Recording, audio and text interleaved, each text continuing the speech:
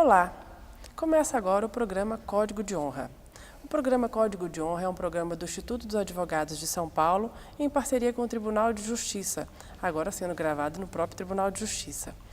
A gente fala de diversos temas e hoje nós vamos falar do novo Código de Processo Civil. E nada mais, nada menos, está comigo hoje para falar deste assunto o doutor Eduardo Arruda Alvim. Como vai, doutor Eduardo? Tudo bem, Fabiana? É uma satisfação estar aqui com você participando do programa Código de Honra. O doutor Eduardo Arruda Alvim é presidente da Comissão de Processo Civil do Instituto dos Advogados de São Paulo e também professor de Direito Processual Civil da PUC São Paulo. Me fala, doutor Eduardo, em linhas gerais, quais foram as grandes alterações do novo Código de Processo Civil e como ela altera a vida do cidadão e do processo? Fabiana, eu tenho a impressão que o Código de Processo Civil, na verdade, ele passou por duas vertentes de modificações. Em algumas, ele pura e simplesmente incorporou ao texto legislativo, né, com êxito, aquilo que a jurisprudência já vinha mais ou menos ditando nos últimos anos e as sugestões doutrinárias de maior relevo. Mas de modificação substancial, eu tenho a impressão de que a modificação mais importante, com certeza, foi a do sistema de precedentes. No Brasil, as cortes superiores se encontram absolutamente estranguladas, porque elas decidem um número repetido de casos, um número enorme de casos repetidos, né? E paradoxalmente, até o advento do novo Código de Processo Civil, essas decisões das cortes superiores não precisavam ser observadas compulsoriamente pelas instâncias ordinárias. O que significava dizer que o Superior Tribunal de Justiça ou o Supremo Tribunal Federal decidiam uma matéria, mas os juízes continuavam decidindo, muitas vezes de forma contrária, né, preservando a sua posição em detrimento daquela posição sedimentada do STJ. E do Supremo. Isso é uma coisa muito séria. Primeiro, cria um desconforto na sociedade. Você tem uma situação juridicamente equivalente à minha, vai a juízo, pleiteia o seu direito e consegue uma resposta satisfatória. Eu vou a juízo e não consigo essa mesma resposta, né? É difícil, isso vem em detrimento da própria credibilidade do Poder Judiciário, né? Transformar a resposta do Judiciário numa loteria. Se cair com o juiz A, eu vou ter uma resposta boa, mas se cair com o juiz B, eu não vou ter, né?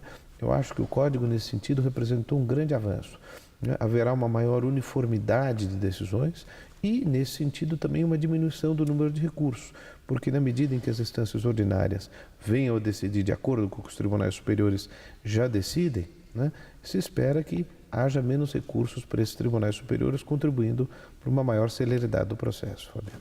Isso, então, simplifica o processo? Acho que sim. Acho que um dos caminhos pelos quais o novo Código trilhou foi justamente esse, da simplificação. Seja diminuindo o número de recursos, isso vale também para os tribunais estaduais, seja criando esses mecanismos, tanto no âmbito dos tribunais superiores como no âmbito dos tribunais locais, o chamado incidente de resolução de demandas repetitivas, justamente visando essa padronização das decisões. Evidentemente, essa padronização não é em relação a toda e qualquer matéria, mas em relação àquelas matérias repetidas, em relação àquelas matérias que são constantes, diariamente discutidas no Judiciário como planos econômicos. Eu acho que para isso o novo Código trará grandes benefícios à sociedade como um todo. Em linhas gerais, por que um novo Código? Veja, Fabiana, o nosso Código de Processo Civil, né, que derivou do anteprojeto feito pelo professor e ministro Alfredo Buzaide, é um Código de Processo Civil antigo. É um Código de Processo Civil que data de 1973 e o anteprojeto Buzaide, do qual ele resultou, de 1964. Né? O Código, desde 1993, principalmente, portanto há mais de 20 anos, vem passando por reformas pontuais, né, justamente para adequá-lo à realidade em que nós vivemos, né? Trouxe-se a tutela antecipada em 1994 e assim por diante. Mas o fato é que o Código de Processo Civil de 73, retalhado por essas reformas pontuais, perdeu um pouco a sua unidade, né? Então eu acho que ao lado dessas modificações, principalmente em relação ao sistema de precedentes, o novo Código traz uma grande vantagem. Ele disciplina de forma mais coesa o processo civil brasileiro. No tocante aos honorários advocatícios, o senhor vê de forma positiva as alterações feitas pelo novo Código? Eu acho que sim. Eu acho que o novo código modificou em diversos pontos a disciplina dos honorários e modificou de forma muito satisfatória. Por exemplo, era inaceitável a orientação que preponderava no Código de Processo Civil antigo, no sentido de que quando vencida fosse a fazenda pública litigando com particular, o juiz não estava adstrito a um limite mínimo para fixar os honorários advocatícios, né? Essa foi uma grande vitória da advocacia, né? Uma outra modificação de extremo relevo foi a hipótese de sucumbência recíproca. Eu ajuizo uma ação contra você, eu ganho em parte e você ganha em parte, né? O Superior Tribunal de Justiça havia editado uma súmula que vai cair, ou já caiu com o novo código, no sentido de que os honorários do meu advogado e do seu advogado seriam compensados. Mas, ora, os honorários do seu advogado são dele, os honorários do meu advogado são meus. Como é que podia compensar isso? O novo código agora estabelece categoricamente que nessa hipótese não é possível a compensação de honorários. Eu quero dizer que todas essas modificações na disciplina dos honorários, eu acho que contribuíram e muito para dar uma disciplina mais digna a um tema tão importante. E no tocante às tutelas provisórias, o que o senhor vê de positivo nas alterações e quais são elas, né? Olha, veja, as tutelas provisórias, elas vêm, certamente uma das razões para que isso ocorra é a demora do judiciário. As tutelas provisórias, elas vêm ganhando uma importância cada vez maior nos últimos anos. Hoje é difícil o cliente procurar você no escritório para patrocinar uma causa e não falar na tutela provisória e não falar numa liminar, né? O novo código, no artigo 300, deu uma disciplina mais uniforme às tutelas provisórias, né? Pois, vamos dizer assim, em linguagem coloquial, pôs tudo no mesmo saco, que eu achei extremamente bem feito. Na verdade, aí tem o dedo do professor José Roberto dos Santos Bedac, porque ele participou da comissão que elaborou o anteprojeto e essa já era a ideia que ele vem defendendo há alguns anos. Um tratamento uniforme e coeso às tutelas provisórias, seja a tutela antecipada, seja a tutela cautelar. E trouxe uma novidade extremamente importante, que é justamente aquela que vem no artigo 303 do novo Código, no sentido de se admitir a tutela provisória antecipada antecedente, né? O cliente procura você no escritório, precisa de uma tutela antecipada, mas você tem horas ali para elaborar uma petição inicial. Hoje o Código permite que você peça a tutela de urgência, né, e depois adite a sua petição inicial em 15 dias, a tempo de fazer o pedido definitivo e assim por diante. Uma disciplina certamente muito mais bem feita do que a disciplina do Código de Processo Civil de 73, retalhado. O senhor falou muito sobre a questão dos precedentes. Explica para mim detalhadamente, para o nosso telespectador, como que vai funcionar então a partir de agora e qual é o impacto de fato dos precedentes? Eu acho que esses precedentes eles se desenvolvem em dois níveis. No âmbito dos tribunais superiores, eu digo Superior Tribunal de Justiça e Supremo Tribunal Federal, existem questões que são submetidas ao rito dos recursos repetitivos. Recurso especial repetitivo, recurso extraordinário repetitivo. Quando uma questão, por ser repetitiva, é decidida sob esse rito no âmbito do Superior Tribunal de Justiça ou no âmbito do Supremo Tribunal Federal, a tese fixada, isso é que é o importante e a grande diferença do CPC de 73, a tese fixada por esse Tribunal Superior, o STJ ou o Supremo, passa a ser de observância obrigatória, o que significa que todo e qualquer órgão do Poder Judiciário, toda vez que se deparar com uma questão daquela, há de decidir em conformidade ao que o STJ ou o Supremo tenham decidido. E, no âmbito dos tribunais locais, tribunais de justiça e tribunais regionais federais, ocorre coisa similar ao chamado IRDR, o Incidente de Resolução de Demandas Repetitivas, né? E aquilo que for a tese fixada por esse Tribunal de Justiça ou por esse Tribunal Regional Federal, passa igualmente a ser de observância obrigatória por todos os órgãos do Judiciário, naquele estado, se se tratar de Tribunal Estadual, ou na região, se tratar de Tribunal Federal. E qual é o papel do advogado diante desse sistema de precedentes? O que ele precisa ficar atento? Olha, muito ao contrário das críticas que alguns setores doutrinários têm tecido a esse sistema de precedentes em relação ao trabalho do advogado, eu vejo isso com excelentes olhos, né? Eu vejo isso com excelentes olhos. Primeiro porque uma das grandes críticas que se tece ao sistema de precedentes é justamente o engessamento, né? a falta de opções de rever o entendimento, né? E a lei, então, é repleta de dispositivos que disciplinam a forma como esse entendimento deve ser revisto, não é? E também, no âmbito dos tribunais, há a possibilidade do advogado, é o que disciplina, por exemplo, o 1037 do Código de Processo Civil, de tentar demonstrar ou demonstrar que o seu caso se distingue daquele caso tido como precedente, e então procurar a tramitação daquele recurso, do seu recurso, independentemente do resultado do recurso repetitivo, né? Eu vejo isso de forma extremamente salutar. A previsibilidade das decisões judiciais, a diminuição do número de recursos, tudo isso, tudo que vem para funcionar melhor o Poder Judiciário, vem, no meu modo de entender, em abono da posição do advogado também. E no tocante à pormenorizada fundamentação prevista no artigo 489? Olha, esse artigo, 489, parágrafo 1º, é um artigo polêmico, né? A Associação dos Juízes Federais, inclusive, quando o projeto já havia sido aprovado no Congresso, estava a sanção presidencial, ela fez muito, como noticiaram amplamente os meios de comunicação, ela fez moções no sentido de que esse dispositivo fosse vetado. Eu realmente não vejo qualquer problema no artigo 489, parágrafo 1º. Eu diria mais a você, Fabiana. O 489, parágrafo 1º, é um artigo expletivo. Ele diz o óbvio. A fundamentação das decisões judiciais decorre não do Código de Processo Civil, decorre da Constituição, decorre do artigo 93, inciso 9º, que diz que todas as decisões do Judiciário serão fundamentadas sob penalidade. E o inciso 10 trata das decisões administrativas dos tribunais, igualmente impondo a necessidade de que as mesmas sejam fundamentadas. Todo mundo sabe o que significa fundamentar. Fundamentar significa dizer o porquê decide e o porquê não acolhe os argumentos das partes.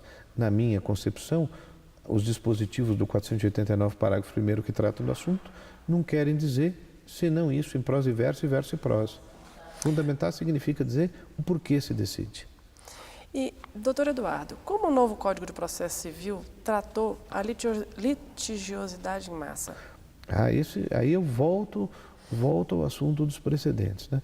As cortes superiores, Fabiana, em todo lugar do mundo, elas são cortes destinadas a editar decisões paradigmáticas, né? Decisões que sejam observadas pelas instâncias inferiores, pelos demais órgãos do Poder Judiciário, em matérias nevrálgicas, né? Agora, se um ministro do Superior Tribunal de Justiça precisa decidir X mil vezes se cabe assinatura básica de plano telefônico ou se cheque prescrito rende ensejo ação monitória, eles não têm tempo nem condições materiais, né, de se dedicar a essa que é a função genuína das cortes superiores, editar decisões paradigmáticas. Eu acho, como eu disse, litigiosidade em massa tem que ser tratada em massa. Não existe outra solução. Quais são, na sua opinião, as principais alterações do sistema recursal? O senhor falou bastante sobre o agravo, mas, em geral, quais são? Olha, o sistema recursal, na minha cabeça, restou simplificado e bem simplificado, né? Foram eliminados os embargos infringentes, foram restringidas as hipóteses de cabimento de agravo de instrumento, ao lado do sistema de precedentes. Essas as principais modificações. Gostaria apenas de tecer uma observação. Esse problema da enumeração taxativa ou não das hipóteses de agravo de instrumento previsto no artigo 1015, é talvez o assunto que mais tenha gerado controvérsias desde o início da vigência do Código de Processo Civil, em março último de 2016. Né? Há quem diga que as hipóteses do artigo 1015 elas seriam meramente enunciativas, que outras hipóteses haveriam de caber no artigo 1015. A hipótese de decretação de falência, hipótese de decretação de recuperação judicial e assim por diante. Eu vejo isso com muito maus olhos, né? Eu acho que certamente na enumeração das hipóteses de cabimento de agravo de instrumento do artigo 1015 houve uma outra falha, né? Que, no meu modo de entender, deverão ser corrigidas com o passar dos anos com alterações legislativas. Mas se nós admitirmos, né, que as hipóteses do 1015 são meramente enunciativas e que cabe agravo de instrumento em outras hipóteses justamente por isso, na minha cabeça a gente vai estar deturpando uma das principais modificações engendradas pelo novo Código. E como o senhor vê as alterações feitas pela Lei 13.256 de 2016 ao novo CPC? Veja, Fabiana, o grande problema da 13.256 foi o seguinte: quando veio o Código de Processo Civil, Lei 13.105, do ano passado, de 2015, ela fez algumas modificações, ela promoveu algumas modificações complicadas. Uma delas, por exemplo, foi banir ou eliminar o juízo de admissibilidade dos recursos especiais ou extraordinários. Para você ter uma ideia do que isso significa, vamos falar em números assim, aproximados. O Superior Tribunal de Justiça julga uma média de 300 mil recursos por ano. Só o nosso Tribunal de Justiça aqui, na seção de direito privado, ia mandar mais 100 mil por ano. A seção de direito público ia mandar mais 100 mil. Ou seja, a seção de direito privado e a seção de direito público do Tribunal de São Paulo iriam quase que duplicar o movimento do STJ. Então, eu acho que a 13.256 foi, eu diria, uma lei de emergência, né, dedicada, então, a enquadrar o Código de Processo Civil de 2015 dentro da realidade. Né? A eliminação do juízo de admissibilidade dos recursos especiais e extraordinários, no meu modo de entender, iria ser uma catástrofe. Essas e outras modificações foram sumamente importantes para que o Código de Processo Civil pudesse entrar em vigor agora, em março de 2016, sem que fossem promovidas outras alterações. Falava-se muito em aumentar a vacatio legis, graças a Deus isso não ocorreu. Eu vejo que com esse novo Código de Processo Civil, a maioria dos advogados vai precisar fazer uma reciclagem, né? Porque seja advogado que trabalha com o processo civil ou com qualquer outro tipo de processo, acaba tendo um impacto direto ou indireto nos outros tipos de processo.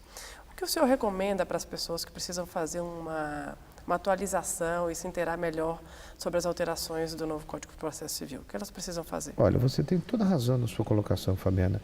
O Código de Processo Civil, ele interfere, dentro daqueles advogados, vamos dizer, do contencioso, que atuam no fórum, ele interfere na vida do advogado que milita em qualquer área civil, seja área pública, seja área privada, interfere no advogado trabalhista e tem também reflexos na área penal, né, ao qual ele se aplica subsidiariamente. Então, é preciso se atualizar. Né? Há bons livros saindo, há bons cursos, mas o que eu sempre recomendo, primeiro, é uma boa leitura no texto legal. E quando você se der por satisfeito com a boa leitura do texto legal, leia de novo. Já é um grande passo. Tá bom. Fica a dica aí para os advogados que precisam se atualizar sobre o novo Código de Processo Civil. Eu queria aproveitar a sua presença aqui no nosso programa, doutor Eduardo, e a gente tem com uma grande quantidade dos nossos telespectadores que são estudantes de direito, que têm uma fase da vida que eles estão em dúvida sobre carreira, sobre magistratura, promotoria, advocacia. Eu gostaria de aproveitar a sua oportunidade e passar, né, a sua experiência, qual foi a sua experiência e o que o senhor recomenda para os nossos jovens estudantes de direito. Olha, Fabiana, eu tenho observado, eu dou aula há 25 anos em faculdade, no bacharelado, né? Eu tenho observado que nos últimos anos, não sei se em razão da crise econômica, a grande maioria dos bons estudantes migram desde logo para as carreiras públicas, né? O que eu recomendaria se fosse um filho meu se formando, advogue um pouco, né? A grande maioria dos bons juízes que eu conheço são juízes que praticaram durante 5, 6, 7 anos a advocacia, né? Primeiro, para ter certeza do que você quer, porque a carreira do judiciário, por exemplo, é como um sacerdócio, né? É uma carreira pesada, é uma carreira dura, o sujeito começa no interior, vem depois de muitos anos para a capital. Tenha certeza do que você quer, e para ter certeza do que você quer, você precisa, antes de mais nada, advogar um pouco, conhecer, até porque a importância de ser juiz, né, ela demanda não apenas conhecimento jurídico, mas ela demanda alguma experiência de vida, e essa experiência de vida, infelizmente, não tem outro jeito, ela só vem com o tempo. Como um advogado renomado, o que o senhor também fala sobre a carreira da advocacia? Olha, eu tenho a impressão, Fabiana, que a carreira, o ser advogado hoje, infelizmente, já não significa o que terá significado quando eu me formei, ou que terá significado no tempo dos meus pais, né? Acho que talvez uma das razões para isso seja uma proliferação muito grande das faculdades de direito. Eu acho que nós temos que fazer um trabalho para resgatar essa dignidade do advogado, né? E esse trabalho passa necessariamente pelo estudo, né? passa necessariamente pela qualidade de ensino, passa necessariamente pela qualidade de estudo. Acho que isso começa num trabalho em que a OAB deve interferir, deve verificar rigorosamente o funcionamento das faculdades e assim por diante. Você veja, nós temos um índice baixíssimo de aprovação dos formandos, de uma forma geral, no exame da Ordem dos Advogados do Brasil. O que justifica isso, né? O que justifica uma faculdade que aprova 10%, 15%? Nós vamos revisitar isso. Eu acho que essa universalização do ensino é excelente, né? Eu não tenho absolutamente uma visão elitista quanto a isso, mas é preciso que se exija também dessas instituições de ensino a contrapartida. Eu lhe agradeço muitíssimo as suas palavras, suas explicações sobre o novo Código de Processo Civil. Queria saber se o senhor tem mais alguma consideração a fazer para os nossos telespectadores. Fabiana, só renova a satisfação de estar aqui no programa Código de Honra, poder discutir um pouco dos aspectos do novo Código de Processo Civil que interferem na nossa vida do dia a dia e vai interferir ainda e gerar muitas discussões por muito tempo ainda. Muito obrigado. Eu agradeço a todos e encerramos por aqui o nosso programa Código de Honra.